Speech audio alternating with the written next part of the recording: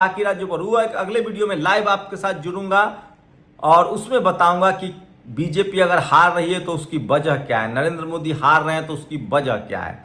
लेकिन सबसे बड़ा सवाल कि क्या हरियाणा जीतने के बाद नरेंद्र मोदी फिर वही से रौद्र रूप में आ जाएंगे और उसके बाद महाराष्ट्र, झारखंड और दिल्ली जीतना उनके लिए आसान हो जाएगा, क्योंकि तमाम उनके गठबंधन के नेता या फिर सिस्टम उनको फिर से एक मजबूत, चमत्कारी और मिरेकल वाला प्रधानमंत्री मान लेगा।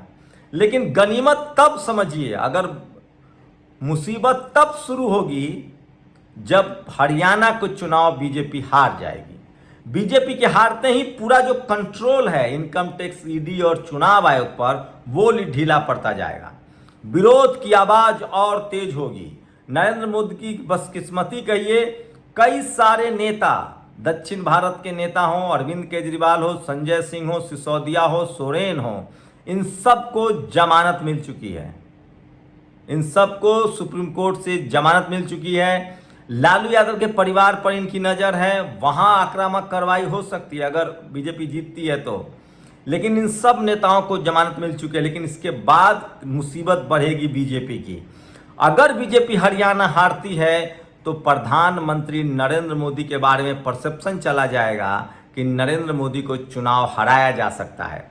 2024 में नरेंद्र मोदी को हराया नहीं जा सका, रोका जा गया है। वो 241 सीटें जीतकर रोक दिए गए, हराए नहीं गए। प्रधानमंत्री वो हैं। मामला अगर 200 पर बीजेपी आउट हो जाती तो सरकार बदल जाती।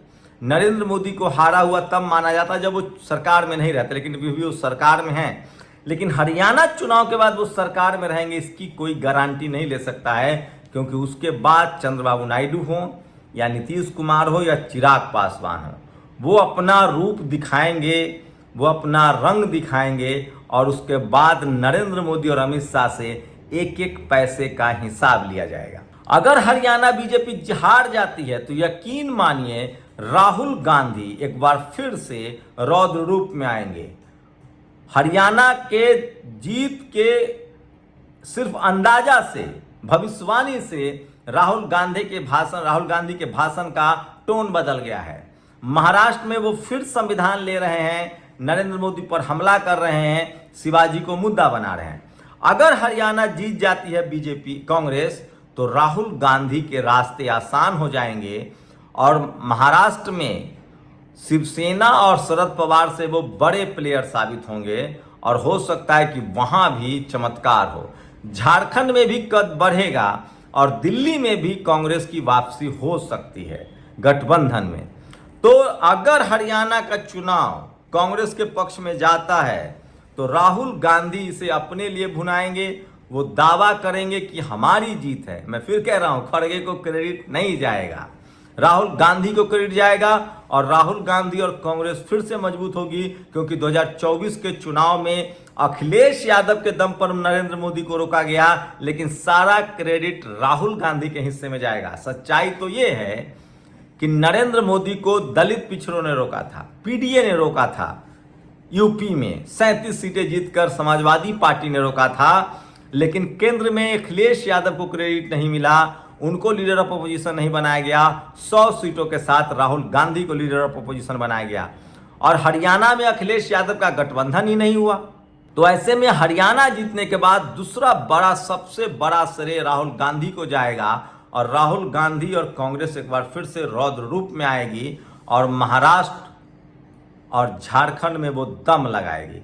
इसके बाद जो होगा वो नरेंद्र मोदी और अमित शाह की मुश्किलें बढ़ेंगी और वो तमाम फैसले जो अभी लिए जा रहे हैं उसके दो ही असर हो सकते हैं, या तो और हिंदू मुस्लिम की स्पीड बढ़ेगी या फिर दलित, पिछड़े, आदिवासी, किसान, अल्पसंख्यकों के साथ जो जातिवाद हो रहा है, जो मनुवाद हो रहा है और जिस तरह से जातिवादी मनुवादी शक्तियों को नरेंद्र मोदी की सरकार में हवा मिली है, दलित पिछड़ों के अधिकार खोए हैं, अगर नरेंद्र मोदी कोशिश भी करेंगे तो उस ट्रैक पर वापस नहीं आ सकते हैं, क्योंकि उन तमाम मुद्दों को राहुल गांधी ने उठा लिया है। चाहे वो जाति जनगणना का मुद्दा हो, 50% आरक्षण का मुद्दा हो, ये तमाम मुद्दे अब कांग्रेस भुना रही है।